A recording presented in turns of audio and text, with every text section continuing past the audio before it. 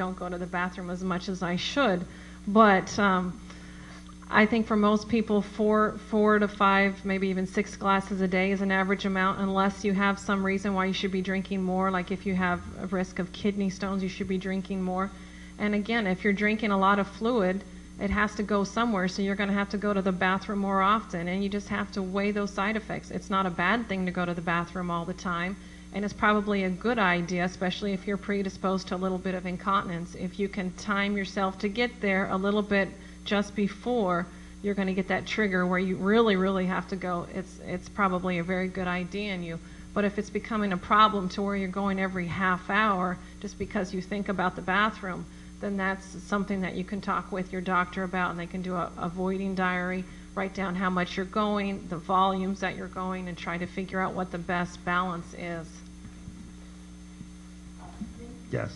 Could you please tell me what causes keyhole incontinence? Why is it when you put your key in the door, you become incontinent? Also, when you get to the bathroom, when you don't have a strong urge, but when you start pulling down your pants, what causes that?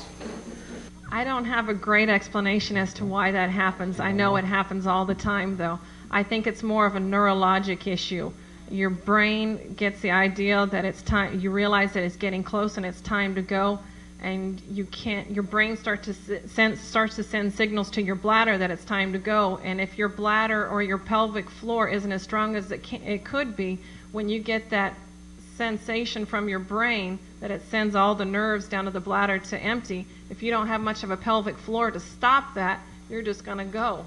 And it doesn't happen when you're younger, but it can happen when your pelvic floor isn't as strong. And so that's why I say that if you have a stronger pelvic floor, you can inhibit or stop a lot of those urges that you're getting from your brain. I told my doctor that my bladder was connected to my brain, and he laughed. You just told me that he did. It is. You're correct. We have time for one last question, and you're the lucky winner. On the same slide that you showed very impressive, you also spoke of, and I don't remember the terminology, for a plug. What is that? Well, I've never actually seen one. I've only seen pictures, but they look like little silicone or little plastic devices.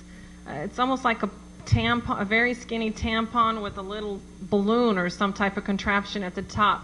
You deflate the balloon, insert it into the urethra, and somehow inflate the balloon, from what I understand. And maybe Dr. Licht knows, because I haven't seen a lot of them. But again, it's supposed to block the bladder neck so that you have better support. And again, it's not doesn't sound very good to a lot of people. It's uncomfortable. It can be irritating going in and out several times a day. And they've never really caught on or been very successful, from what I understand. I agree. I think if you're someone who loses urine with one very specific activity, and if you feel very comfortable putting something into the urethra that's almost like a cork in a bottle, so you can get through that activity and then remove it, it's a reasonable option. But if you have to put it in and take it out multiple times a day, most women can't do that, and then inflate it and deflate it, and plus the risk of introducing infection. So these have not caught on. All right, thank you very much. A great panel discussion this evening. Thank you all for coming.